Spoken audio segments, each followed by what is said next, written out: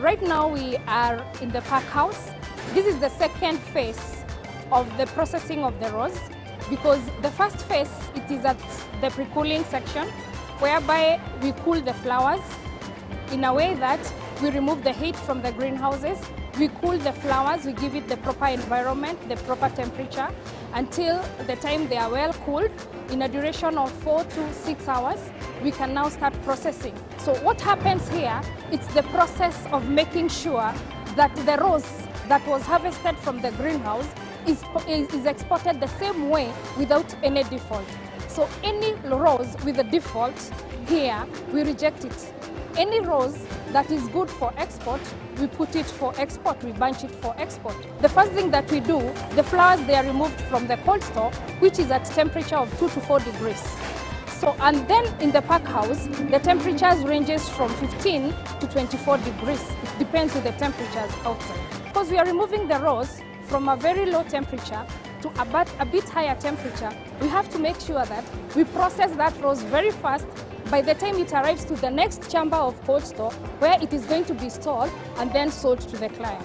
The first thing that we do, we have a critical control point here, whereby we are doing the checking of any pest and disease.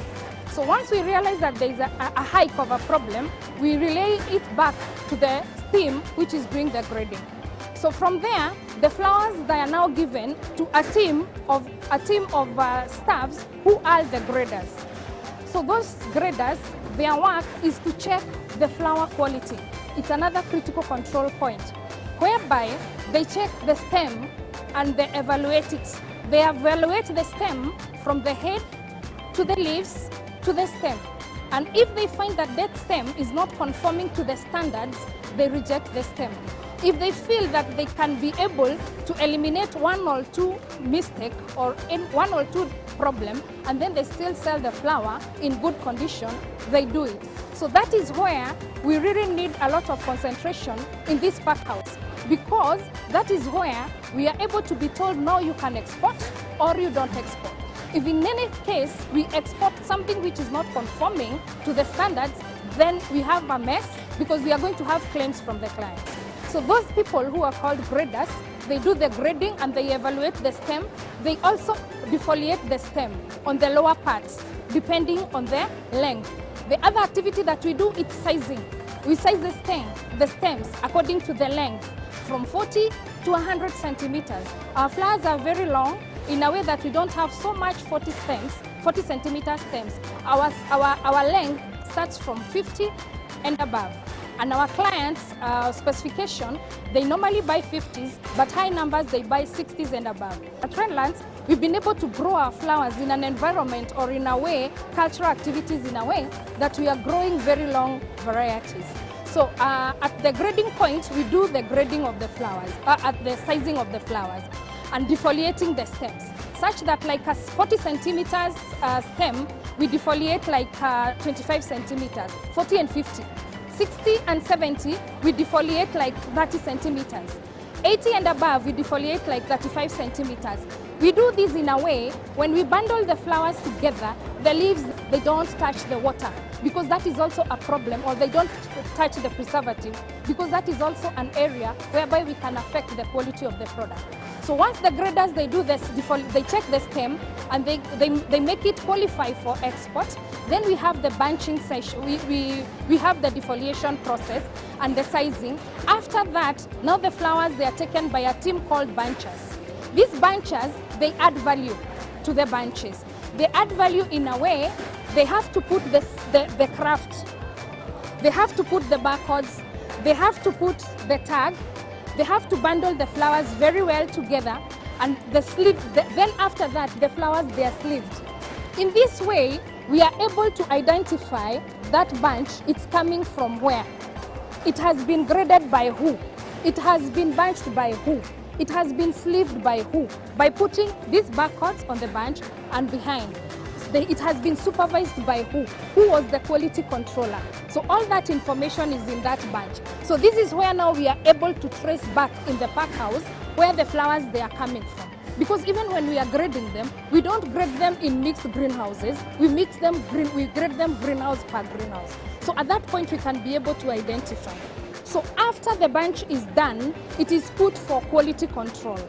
When the quality controller checks the bunch and finds it okay, we'll put it on the belt, and then it will continue with the process until the time it's cut. If that bunch is found to be non-conforming, it will be rejected and given back for rectification, for correction of the problems. So if it is good, it will put on the belt. Then it will move to another critical control point where our end product is. So at the end product is whereby we are able to check the quality of that bunch. How is the bunch done? Are the heads aligned well? Are the stems aligned well? Is the sleeving well done? Is the craft well done? Are the labels correctly put? Is the tag the same as having the same name as the variety? So that is what we are doing here. And why are we doing all that? Because we will be able, after this, to trace back each and every single stem that comes from the greenhouse. You will be able to trace it back, where it came from. If it has a problem, where do we get back where are we able to attend the problem, and like that. Then after that, because each and every staff in this pack house has productivity, from grading to sleeving, they have productivity. We are able to get their productivity by the time they come in and start the work, and then that bunch has its number, its credentials, has its number. It has the number of the person who did the bunching, the person who did the grading, the person who did the sleeving. We are able to get the number of stems which are done within a duration of time. And why do we introduce this productivity? We introduce this productivity, one, because we have said that we are removing the flowers from very cold environment to a hotter environment, then to a cold environment. We wouldn't like a shock of this flower. So we would like a situation whereby the flower is done very fast. So with introducing those productivity, you'll find that the process is done very fast. Second, we don't want a situation whereby the flowers, they dehydrate when they are being processed. So with that productivity, you'll find that the flowers, they move very fast from cold environment to hotter environment, and then again to the cold environment within a duration of time that we are able to make sure that the bunch is correctly and well done. The other thing that makes us introduce those productivity is to motivate the teams. Don't forget, the work they are doing is a repetitive process. It is the process that I'll do this the whole day. I'll make sure that I work on this flower the whole day. So that work, to some extent, it might be a bit, to some extent, if I can say, it can be a bit boring. So you would like to motivate that person to make sure that that person does good work and will be appreciated. So once they achieve the productivity, by the end of the day, they are categorized in part of the team that are going to get a bonus by the end of the week and then by the end of the month. So on top of your salary, you'll be able to get something good just because you did the work well and very fast. So that is what is happening here. So after the bunches, they are found to be conforming to the standards at the critical control point, then they are cut to a level that is uniform, and then they are put to the cold store, stored, waiting for export. So that is what is happening here.